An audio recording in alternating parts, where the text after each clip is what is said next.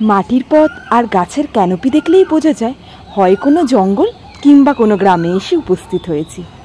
আজকে আমরা যেতে চলেছি এক ঐতিহাসিক ঘটনার সাক্ষী হতে।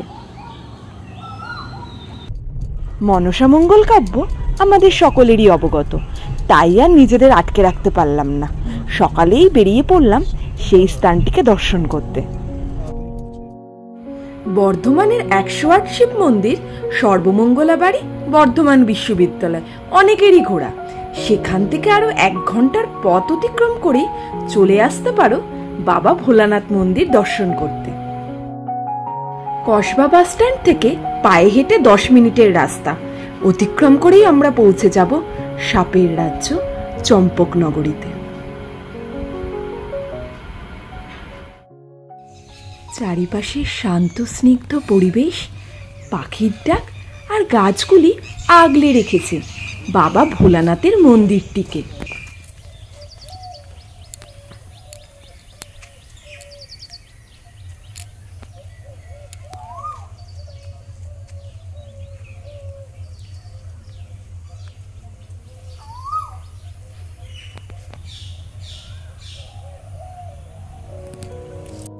সিঁড়ি দিয়ে ওপরে উঠেই দেখতে পেলাম একটি নোটিশ বোর্ড, যেখানে লেখা আছে চম্পকনগর পরিসরে ধোপা, নাপিত, বণিক, কর্মকার এই ৪ জাতের মাটি খোঁড়া নিষিদ্ধ। ব্রাহ্মণের থেকে জানতে পারলাম এই ৪ জাতের কোনো একজন যদি মাটি খোঁড়ে সেখান থেকে নাকি সর্প বের হয়। ভারী অদ্ভুত নিয়ম।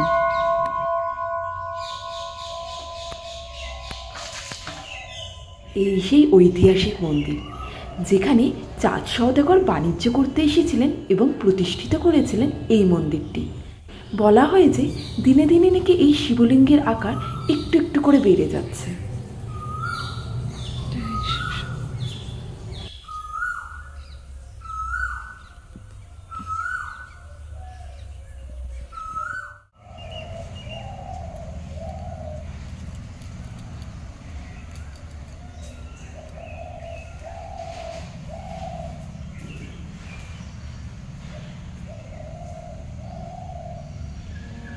মন্দির থেকে বেরিয়ে এসে দেখলাম বিশাল বড় মাঠ, আর তার পাশেই ধান চাষ হচ্ছে। ব্রাহ্মণ আমাদের বললেন এখানে নাকি আরো একটি শিব মন্দির আছে, খুবই জাগ্রত। ব্রাহ্মণের থেকে জানতে পারলাম এই শিব ঠাকুরটির নাম হচ্ছে কাটা বাবা। বহু বছর আগে শিবের মাথায় ছিল একটি মণি, যে মণিটি চুরি করতে এসেছিলেন একদল ডাকাত। ডাকাতেরা সেই মণি চুরি করতে গিয়ে বাবার মাথায় করেছিল আঘাত। সেখান থেকে হয় প্রচুর রক্তপাত। শোনা যায় যে ডাকাতরা খুব বেশি দূর পালাতে পারেনি, তাদের নাকি কিছুটা গিয়েই প্রাণহানি হয়। তারপরেই বাবার মাথাতে আঘাত করার পর থেকে বাবার সেই জায়গাটা ক্ষতই থেকে যায়, আর নাম হয়ে যায় কাটা বাবার মন্দির। এরই পাশে রয়েছে মনসা মন্দির। পদ্মপুকুরের পাশ থেকে মায়ের যে আসল মন্দির, সেখান থেকে মাটি এনে তৈরি করা হয়েছে এই মন্দিরটি। এবার আমরা যাচ্ছি পদ্মপুকুরে, যেখানে চাঁদ সওদাগর পুজো করেছিলেন মা মনসার, আর মা মনসা দেবী হিসেবে স্থান পেয়েছিলেন স্বর্গলোকে। মন্দিরের বিপরীতে এই সাঁকো বরাবর হেঁটে গিয়েই দেখতে পেলাম হাতের ডান দিকে পদ্মপুকুর। ভাই, মা মনসার জায়গা, মায়ের বাহন থাকতেই পারে, না থাকার কিচ্ছু নেই। থাকতেই পারে, কিছু করবে না। আমার বোন একটু বেশিই সাহসী, আমার কিন্তু সাপকে দেখলে খুব ভয়ই লাগে।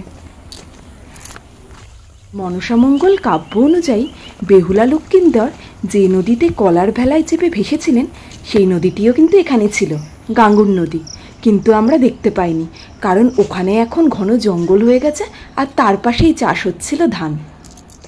এসে পৌঁছালাম ঐতিহাসিক সেই স্থানে, যেখানে চাঁদ সওদাগর মা মনসার পুজো করেছিলেন। এই সেই মা মনসার মন্দির।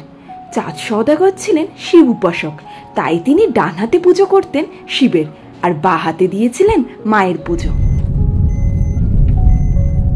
কিছুটা এগিয়ে এসেই দেখতে পেলাম বেহুলা লক্ষ্মীন্দরের বাসর ঘর। এই সেই বাসর ঘর যেখানে কালনাগিনীর দংশনে মৃত্যু হয়েছিল লক্ষ্মীন্দরের। লালমাটির পথ ধরে এগিয়ে চলেছি আমরা। এবার আমাদের গন্তব্য রক্ষাকালী মায়ের মন্দির। আজ নাকি সেখানে মায়ের অষ্টমঙ্গলার পুজো আছে। সেই উপলক্ষে এত বড় মাঠটিতে মেলাও বসবে। যদিও আমরা সকালে এসেছিলাম, তাই চারিপাশটাই ছিল ফাঁকা। এই হলো মা রক্ষাকালী। এবার আমাদের গন্তব্য রন্ডিয়া ব্যারেজ।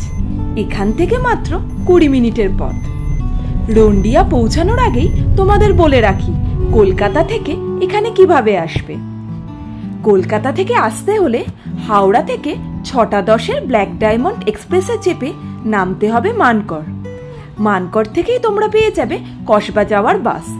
কসবা বাস স্ট্যান্ড থেকে নেমে মাত্র 10 মিনিটের পথ হেঁটেই পৌঁছে যাবে বাবা ভোলানাথ মন্দিরে। সেখান থেকেই তোমরা টোটো বুক করে ঘুরে নিতে পারো মাত্র 20 মিনিটের পথ পেরিয়ে রন্ডিয়া ব্যারেজ। যদি কেউ বাই কারে আসতে চাও, কলকাতা থেকে দুর্গাপুর এক্সপ্রেস হয়ে ধরে বর্ধমান পেরিয়ে গলসিবাজার ক্রস করে পৌঁছে যেতে হবে বীরসিং। বীরসিংয়ের পাশ দিয়েই চলে যাচ্ছে সোজা রাস্তা। বুঝতে না পারলে স্থানীয় কাউকে জিজ্ঞেস করে নিও যে তোমরা বাবা ভোলানাথ মন্দিরে যেতে চাও। তারপর কসবা বাস স্ট্যান্ড থেকে 10 মিনিটের হাঁটা পথ। এসে পৌঁছালাম রন্ডিয়া ব্যারেজে।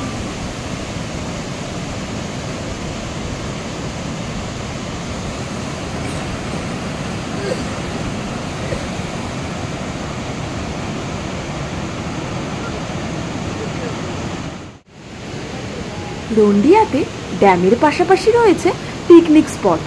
শীতকালে প্রচুর পিকনিক প্রেমীর ভিড় দেখা যায় এখানে।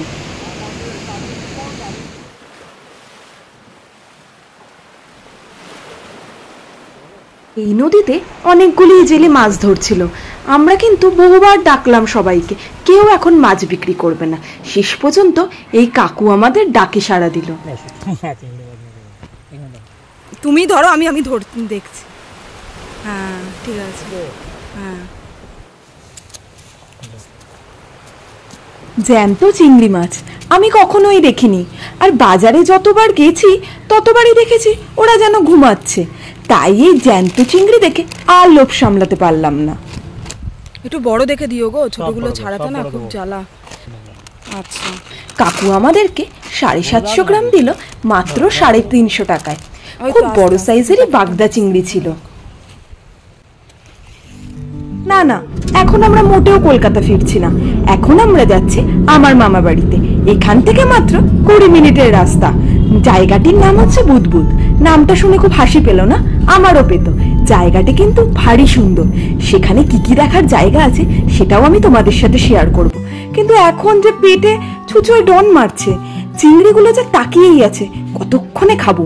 তো যাই হোক, মামা বাড়িতে পৌঁছে গিয়ে তোমাদের দেখাবো দুপুরের মেনুতে মামি কি কি রান্না করেছিল।